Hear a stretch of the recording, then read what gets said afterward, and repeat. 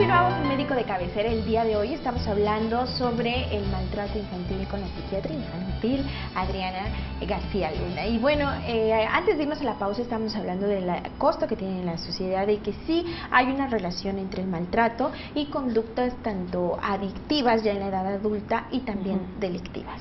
Así es.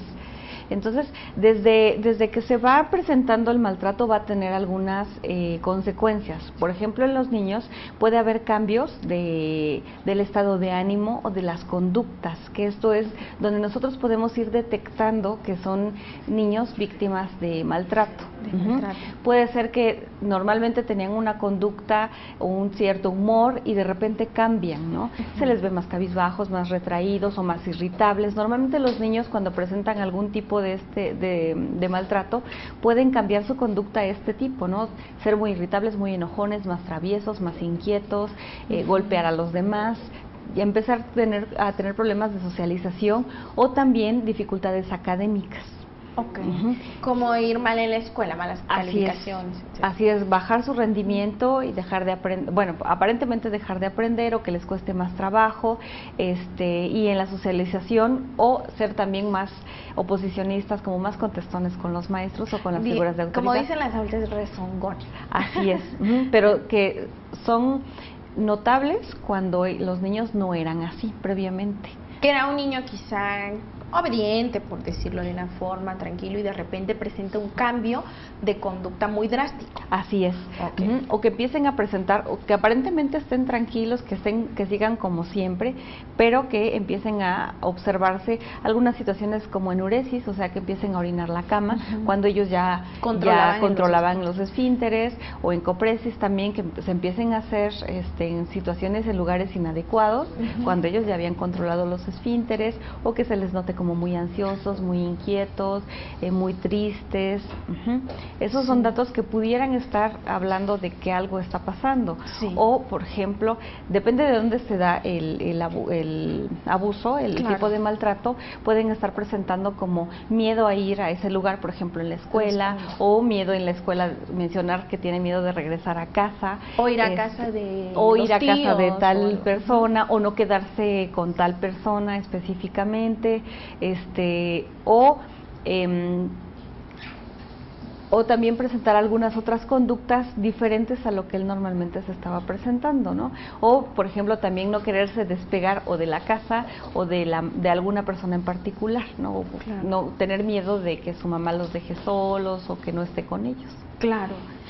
Estos son, bueno, unos signos, unas luces rojas, unos focos rojos que se prenden de que algo está pasando en el niño. Tiene alguna situación que quizá no ha externado.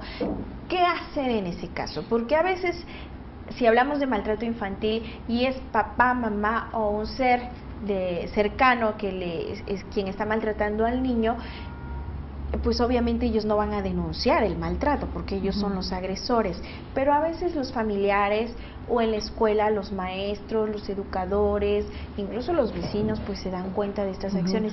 ¿Qué hacer? Es importante que cuando se detecta un tipo de maltrato se notifique. Por ejemplo, muchas veces los niños hablan, se lo dicen a los papás o a algún amigo o a algún familiar o en la escuela. Entonces, si existe una sospecha de maltrato, hay que investigar, ¿no? ¿Qué es lo que está sucediendo? Si es una situación bastante evidente, como por ejemplo el maltrato físico, ¿no? Que los niños llegan golpeados, con lesiones, con moretones por diferentes, muy evidentes, se tiene que hacer una notificación también al Ministerio Público, pero primero tenemos que llevarlo a revisión médica. En revisión médica y en la entrevista es donde también podemos obtener mayor información acerca de qué es lo que está pasando. Es complicado porque muchas veces no se reporta debido a que quien comete el maltrato a veces tiene amenazado al niño. Entonces es lo que tenemos que hacer, ¿no? Entrevistar, no dirigida a la entrevista, es decir, no de ¿te maltratan? ¿Quién te maltrata? ¿Quién te hace daño?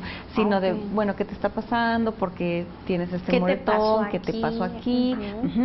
permitiendo que el niño hable. Entonces hay que acudir, dependiendo del tipo de maltrato que se está dando, a las autoridades correspondientes. ¿Pudiera ser un tío, por ejemplo, un familiar?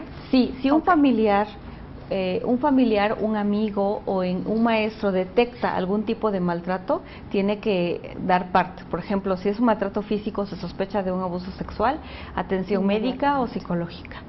O ambas, si se puede de inicio. Generalmente la inicial es la médica. Y dar también notificación al Ministerio Público. Por supuesto. Para darle seguimiento a estos casos. Bueno, y es que es importante esta participación de los demás cuando están viendo o cuando detectan estas conductas en los niños que, bueno, estén siendo alteradas porque no se comportaban de esa forma y de repente empiezan con agresiones, con tristeza, con llanto, etcétera. No quedarnos callados, ¿no? Cuando veamos una situación de este tipo, denunciarlo, buscar ayuda, ver cómo podemos ver por ahora sí por este pequeño, porque es una persona indefensa, ¿no? Que depende de alguien más. Y también leyendo sobre el maltrato infantil a veces hablan del estrés postraumático. ¿Me puedes explicar qué es esto?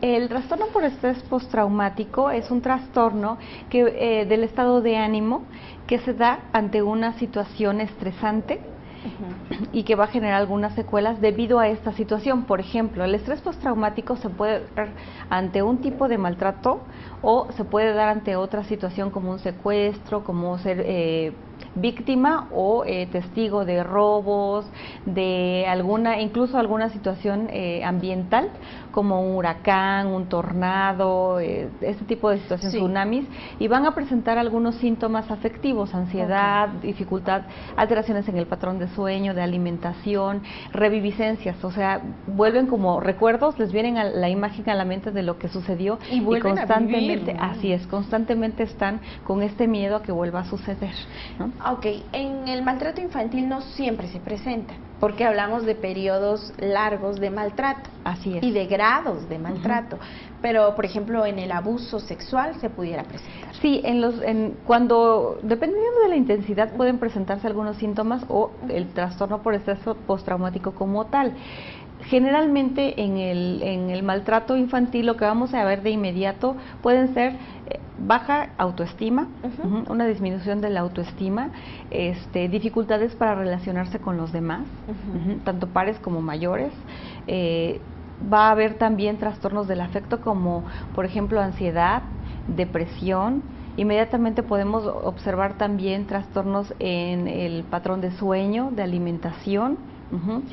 Cuando ya se llega a una adolescencia o en la edad adulta tienen mayor riesgo de trastorno por consumo de sustancias, alcoholismo, drogadicción, por ejemplo, conductas violentas, trastornos de personalidad y pueden incluso llegar a problemas, a conductas delictivas. Claro, por supuesto. ¿Qué pasa cuando un pequeño, bueno, es abusado o maltratado y recibe la atención adecuada? ¿Puede llegar a recuperarse completamente o quedan secuelas emocionales, psicológicas del maltrato infantil?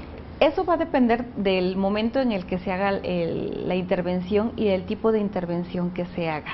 A veces es muy complicado porque la familia es un punto muy importante y a veces se encubren o es difícil aceptar que mi pareja o que mi papá o que el tío esté haciendo este tipo de maltrato. O los papás la situación. A veces, muchas de las veces minimizan la situación o niegan, ¿no? Esto no está sucediendo, el niño está mintiendo y a veces hacen todo lo posible para evitar intervenciones.